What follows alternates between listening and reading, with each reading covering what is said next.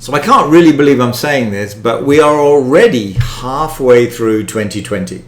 So given that, it's probably a good opportunity to compare what happened in the first half of 2019 versus the first half of 2020.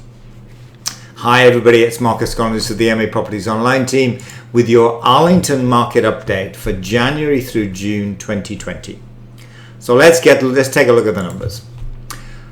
Well, as you can see, the number of listings in 2020 was 165. Compare that to 2019 when there were 190 listings this time of year. That's about a 13% decrease in the number of listings. The number of listings is a key metric because it allowed us to track how the housing market was being impacted by the pandemic. And I'll show you more detail about that in a moment, but it really was, we could almost track how the pandemic was moving as we looked at the way the listings were coming on the market. So that's why that's a key metric for us to take a look at. So a 13% reduction in the number of listings. The number of sold, tracking very much with the number of listings, 97 sold in the first half of 2020 versus 116 in the same period in 2019. So that's a 16% reduction in the number of homes sold, higher than the number of reduction in the number of listings, which shows a somewhat stronger market in that first half of the year, but not by very much. Days on the market, very similar, 29 in 2020 versus 26 in 2019. Interesting though, the sale price to list price ratio, 101% the first half of this year versus 103% first half of last year. Now, that's a key metric because it does give us a sense of buyer confidence. So we track that really to get a sense of how the buyers are feeling in any given market, whether they're confident about a market or not, as the case may be. So depending on what that number is. So a reduction in that ratio from 103 in 2019 to 101 in 2020. The average sale price, very similar, 940 in 2020 versus 933 in 2019. So very similar. So that ratio is the key one to kind of keep our eye on and see how that changes as we move through now into Q3 of 2020. You can see the listings, say they were down about 13%. You can see it here. Interestingly, increased number of listings in January and February. Seems like a long time ago, but we had a rather mild winter, and that's why we're seeing that increase in the number of listings in the first 2 months of this year.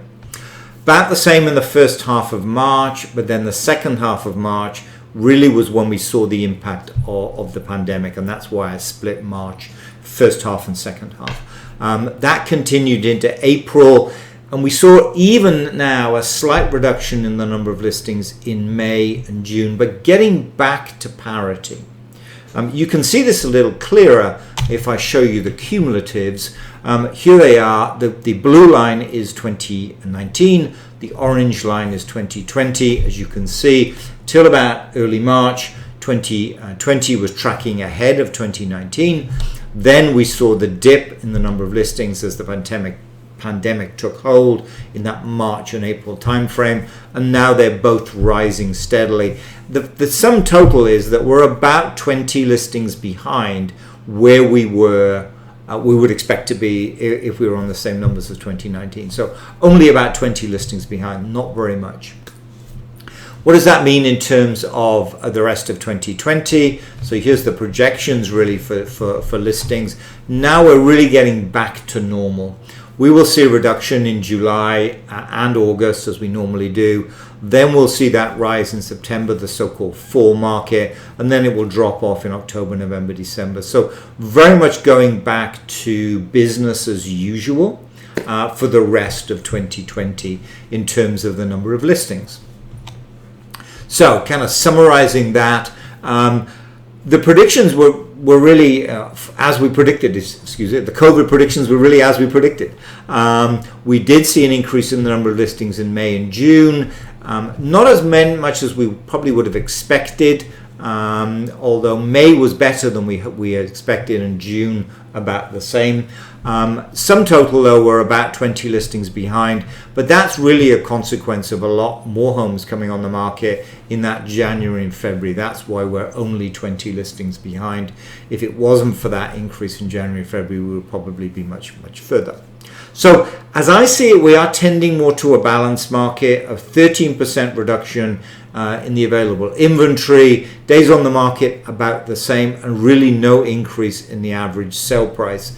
And that key ratio that gives us a sense of buyer confidence really dipping from 103 to 101. So I think as we move forward through the rest of 2020, we're going to head into that somewhat balanced market, very much like we predicted in the market review. We wrote this in January, and we predicted then that because of the uncertainty, the overall uncertainty before COVID, the uncertainty with the election coming up, which is still clearly going to happen.